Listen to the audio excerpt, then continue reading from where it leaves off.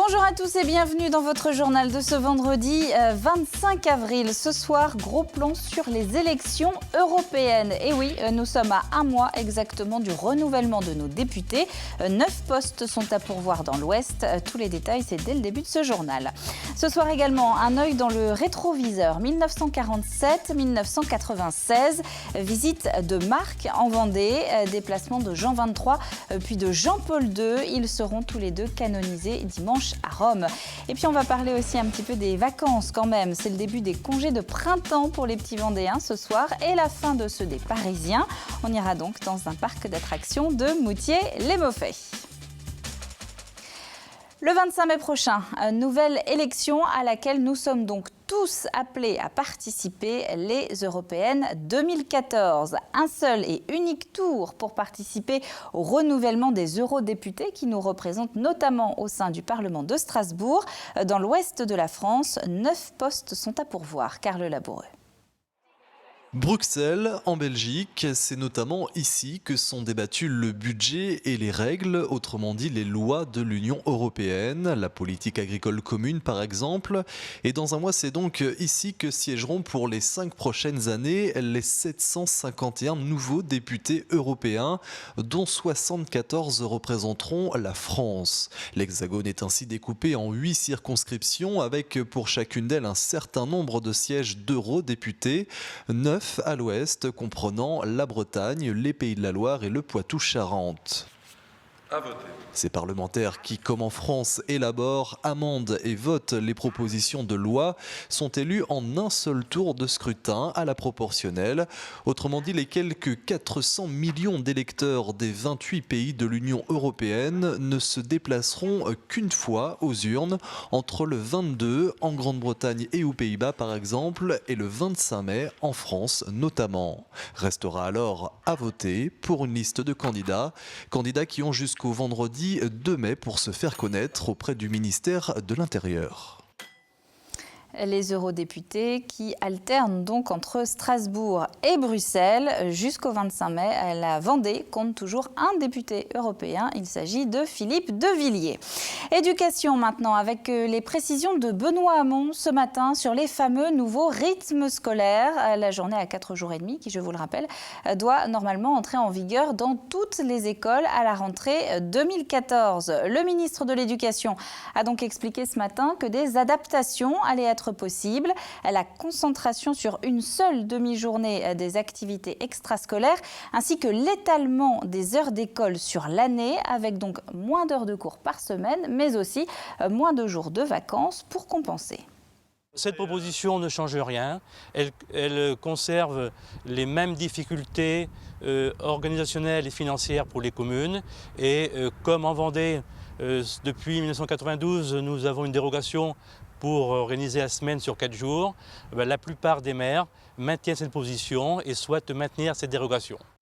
On en parlait hier, Manuel Valls commentait ce soir pour la première fois en tant que Premier ministre les chiffres du chômage. Des chiffres relativement stables cette fois-ci, plus 1600 demandeurs d'emploi au niveau national au cours des 30 derniers jours. On y reviendra évidemment dans le journal de lundi.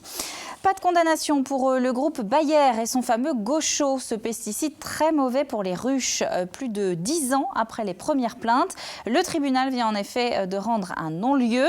Il justifie notamment sa décision par une absence, dit-il, de lien de causalité entre l'introduction du produit et l'augmentation de la mortalité des abeilles. Du côté des opposants, c'est évidemment la frustration. Pierre Delicieux.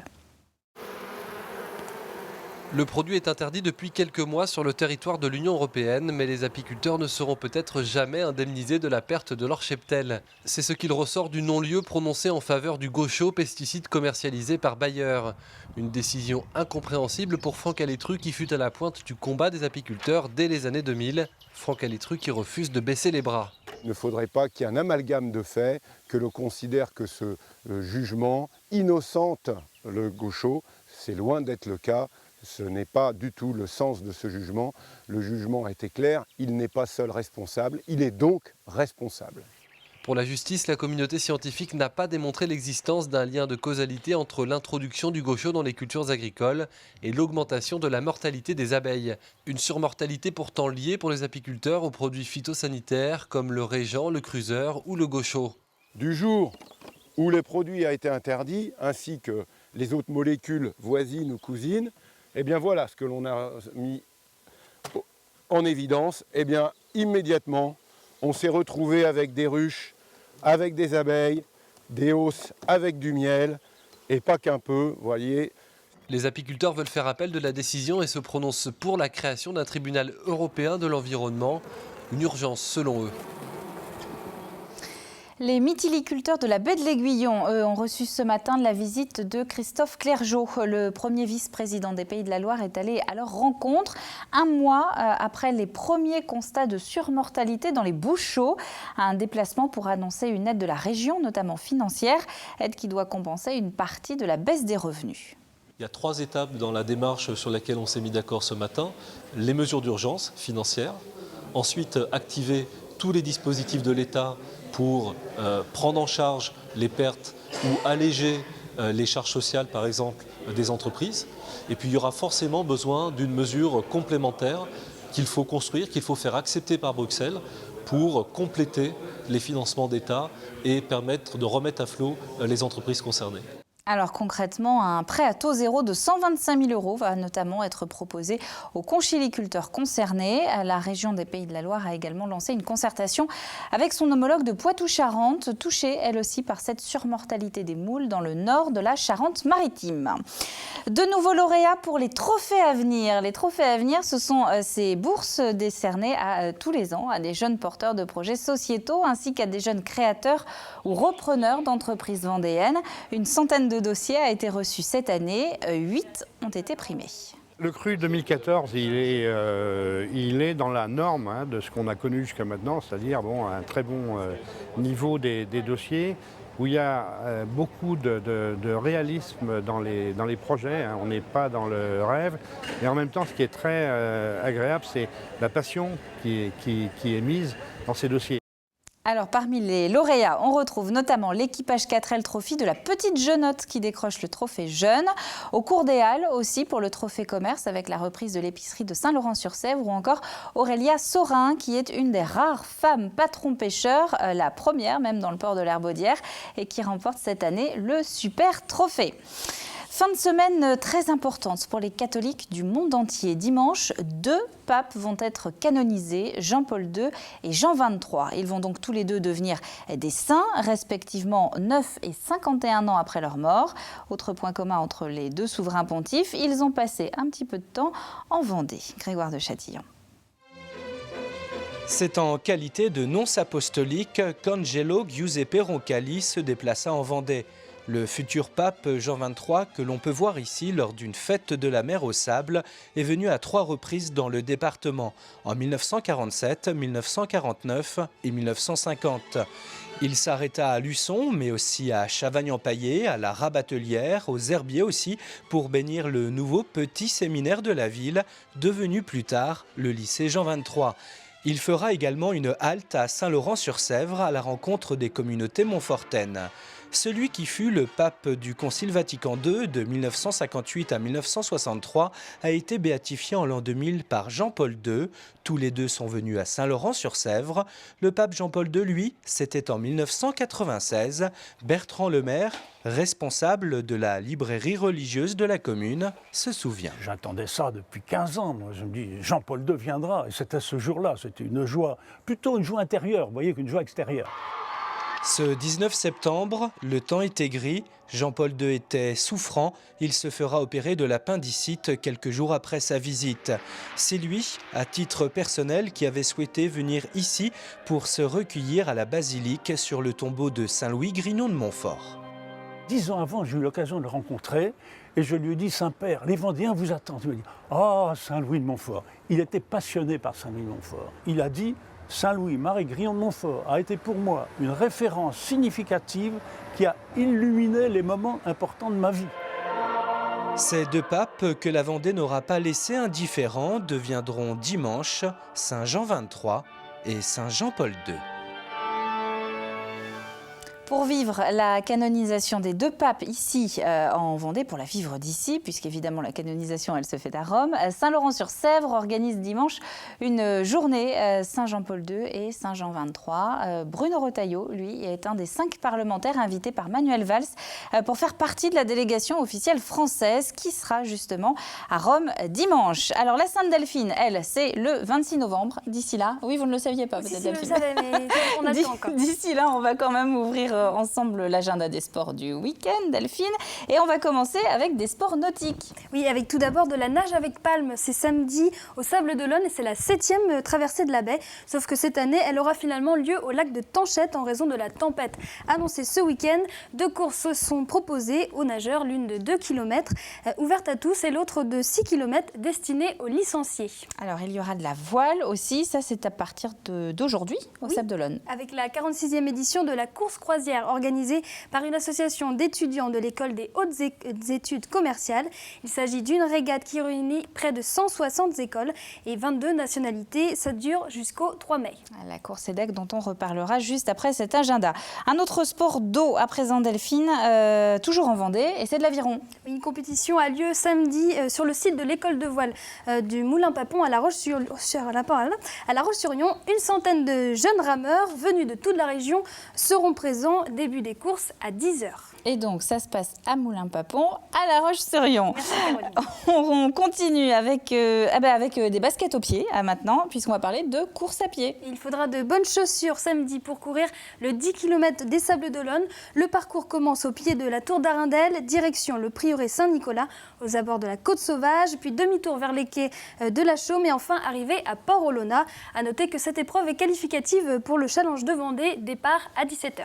Eh bien, on continue avec de la course à pied, mais cette fois-ci à Moutier-les-Maufais, avec une course dont le nom prête un petit peu à sourire quand même. Il s'agit du trail du Trousse-Poil, dont le nom vient d'un ruisseau. C'est la 2e édition qui a lieu dimanche au cœur du Bois-Lambert, au programme 2 courses de 11 et 20 km, ainsi que de la marche nordique. L'an dernier, ils étaient près de 380 concurrents. Le départ est donné à 10h. Alors maintenant, on va peut-être parler quand même du sport, un des sports les plus populaires au monde, surtout cette année avec le Brésil.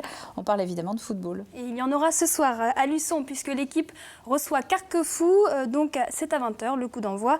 Et en CFA, Fontenay joue samedi à domicile et reçoit Pontivy à 18h.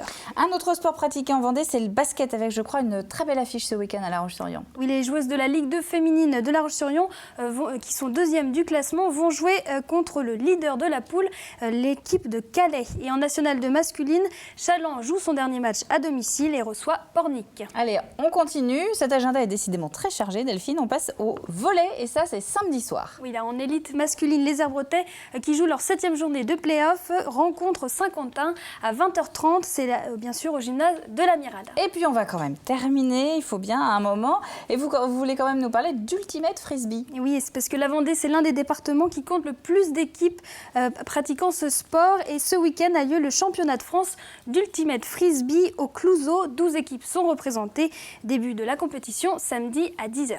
Merci Delphine. Est-ce qu'on peut parler de lundi soir? Oui, nous aurons nos invités. Ce sera la Vendéenne Ring Hockey qui joue ce week-end les playoffs. Ah oui, un match là aussi très important et dont on aura évidemment le résultat lundi soir dans 85 chrono avec vous. Merci beaucoup. Alors vous parliez justement de la 46e course croisière EDEC, Delphine. Eh bien, on va en voir quelques images. C'était les derniers préparatifs ce matin dans le village de la course à Port-Olona. Alors vous l'avez dit tout à l'heure, 160 écoles, 22 nationalités et des fêtes, vous vous en doutez, dont la réputation n'est plus à faire. Ça se passe donc au Sable d'Olonne jusqu'à la fin de la semaine prochaine. Image de Jean-Marie Bidot. Alors d'autres qui doivent faire la fête ce soir, eh bien, ce sont tous les jeunes Vendéens désormais en vacances de printemps. Doublement la fête d'ailleurs puisque la zone A est la dernière cette année. Les académies de Bordeaux et de Paris reprennent par exemple le travail lundi, mais pas nous donc. Karl Laboureux est allé à la rencontre de quelques touristes en pleine activité. Oui, le début, j'arrive à l'aise, mais après... Vacances entre garçons pour Bertrand et son fils Tristan, et c'est en Vendée que les deux Parisiens ont choisi de passer la semaine. Là, on n'a pas pu partir toute la famille ensemble, pour des raisons de travail. Mon épouse n'a pas pu venir. Et donc, j'ai préféré partir avec lui pour qu'il ait quand même des vacances, mais avec disons, des activités. Au programme, visite de l'incontournable Puy du Fou et aujourd'hui d'Indian Forest. Le parc de loisirs a réouvert ses portes pour la saison il y a quelques jours et accueille depuis les vacanciers, notamment de Paris, à l'image de cette autre famille de 15 personnes en séjour à la Tranche-sur-Mer. C'est là où mon mari passait toutes ses vacances petit et on a repris la maison de son grand-père. Mais il n'y a pas que les Parisiens qui profitent actuellement des vacances, les voisins des Deux-Sèvres également, et pour eux la proximité permet de venir à la journée. Aujourd'hui, on est venu fêter le Noël des petits-enfants parce qu'on leur a promis, puis ils ont choisi le jour aujourd'hui. Et des visiteurs de la région, c'est d'ailleurs ce qu'attendent les responsables de ce parc, car si le début de saison est relativement calme, cela devrait rapidement changer. Ce sont les 2 semaines suivantes qui vont être les plus importantes, les plus fortes en termes de fréquentation, puisque nous travaillons avec les locaux ainsi que les régionaux, puisque nous aurons encore la zone B qui sera encore en vacances. Le parc va ainsi progressivement monter en puissance, ce qui va lui permettre de régler les derniers détails et de tester la nouvelle attraction. Quant à la haute saison, ici on prévoit une bonne fréquentation avec avant cela des ponts qui tombent cette année plutôt bien. Alors oui, week-end de vacances vendéennes, week-end de chassés-croisés aussi sur les routes de France. Petit chassé-croisé quand même, regardez. Pas de rouge, mais plutôt du orange ce week-end pour Bison Futé, uniquement demain d'ailleurs. On est encore loin des bouchons estivaux, mais ça commence quand même à sentir bon l'été. Côté météo, ça sent pas bon l'été pour le coup. Ces vacances vendéennes vont commencer sous la pluie. On ne peut pas tout avoir. Alors sous la pluie, avant une alternance de nuages et éclaircies. Le vent souffle fort, dimanche encore de la pluie. Et puis pas de changement lundi, avant peut-être une trêve mardi. Le bulletin complet, c'est dans un instant avec Armelle Pavageau. C'est la fin de ce journal. Merci à vous de l'avoir suivi. Prochain rendez-vous avec l'actu vendéenne, c'est lundi avec Edwige Richard. D'ici là, très bon week-end à vous tous sur TV Vendée. Bon début de vacances pour ceux qui ont la chance d'en avoir. Bon courage aux autres et à bientôt.